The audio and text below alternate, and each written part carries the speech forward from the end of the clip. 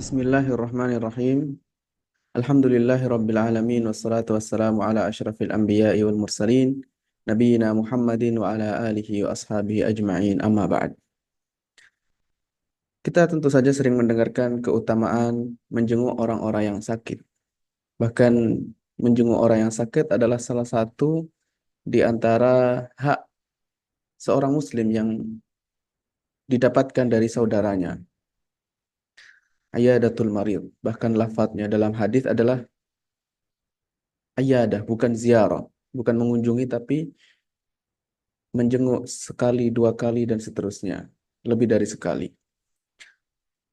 Nah, bagaimana dengan seorang dokter atau seorang perawat atau orang-orang yang memang pekerjaannya adalah menangani pasien? Apakah bisa mendapatkan keutamaan menjenguk orang yang sakit tersebut? Maka jawabannya adalah bisa, tergantung dengan niat.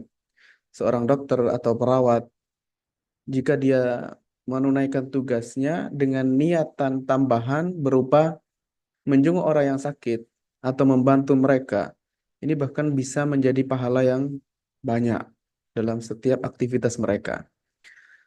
Dan ini sebenarnya berlaku untuk umum.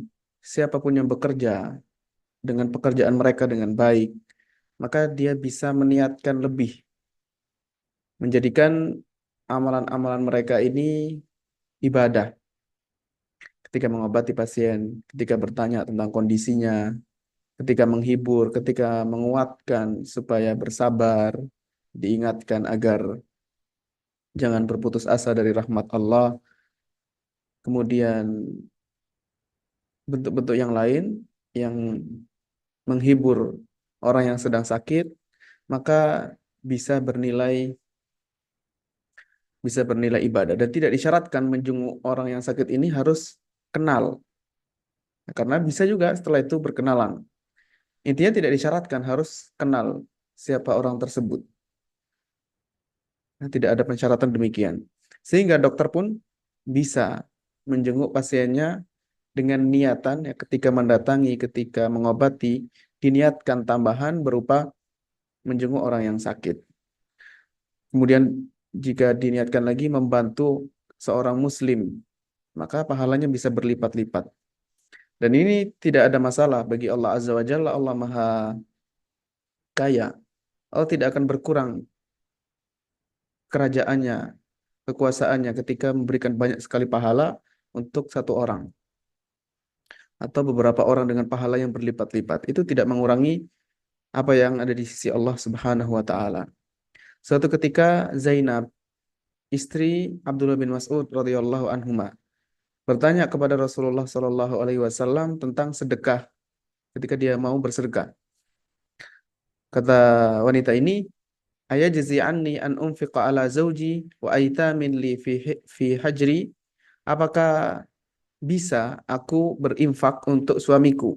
Ya, karena kita semuanya tahu bahwa wanita, istri dinafkahi oleh suaminya. Nah, ketika seorang istri berinfak kepada suaminya, bersedekah kepada suaminya, dan bersedekah kepada anak-anak yatim yang ada di dalam asuhannya, maka Rasulullah SAW mengatakan, "Na'am, walaha ajran, ajrul qarabati wa ajrul sadaqah."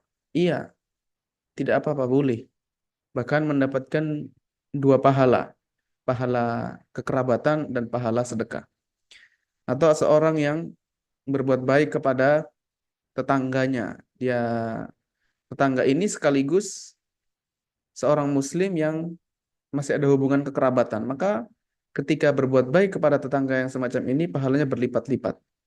Dia mendapatkan pahala memuliakan tetangga, berbuat baik kepada tetangga. Lalu yang kedua, dia mendapatkan pahala membantu seorang muslim. Kemudian yang ketiga, mendapatkan pahala menyambung kekerabatan. Sehingga satu amalan bisa berlipat-lipat ya, tergantung dengan niatnya. Dan ketika melakukan ibadah semacam ini, tidak disyaratkan harus tanpa mengambil upah. Tidak ada pensyaratan begitu.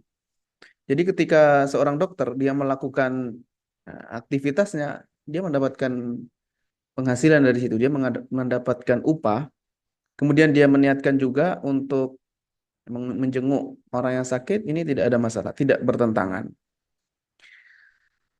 Bahkan alangkah baiknya jika setiap dokter bisa meniatkan semacam ini, kemudian perawat, bahkan aktivitas-aktivitas yang lain, ya, profesi-profesi yang lain. Nah, seorang misalnya insinyur atau arsitek atau para peneliti, ya ketika mereka melakukan tugas-tugas pekerjaan mereka, dia mencari celah-celah yang bisa mendapatkan pahala lebih banyak. Maka ini tentu suatu keutamaan yang sangat besar. Sehingga kesimpulannya adalah ketika seorang dokter menjenguk, meniatkan agar menjenguk orang yang sakit, pada saat dia mengobati ini, bisa dia mendapatkan pahala tersebut.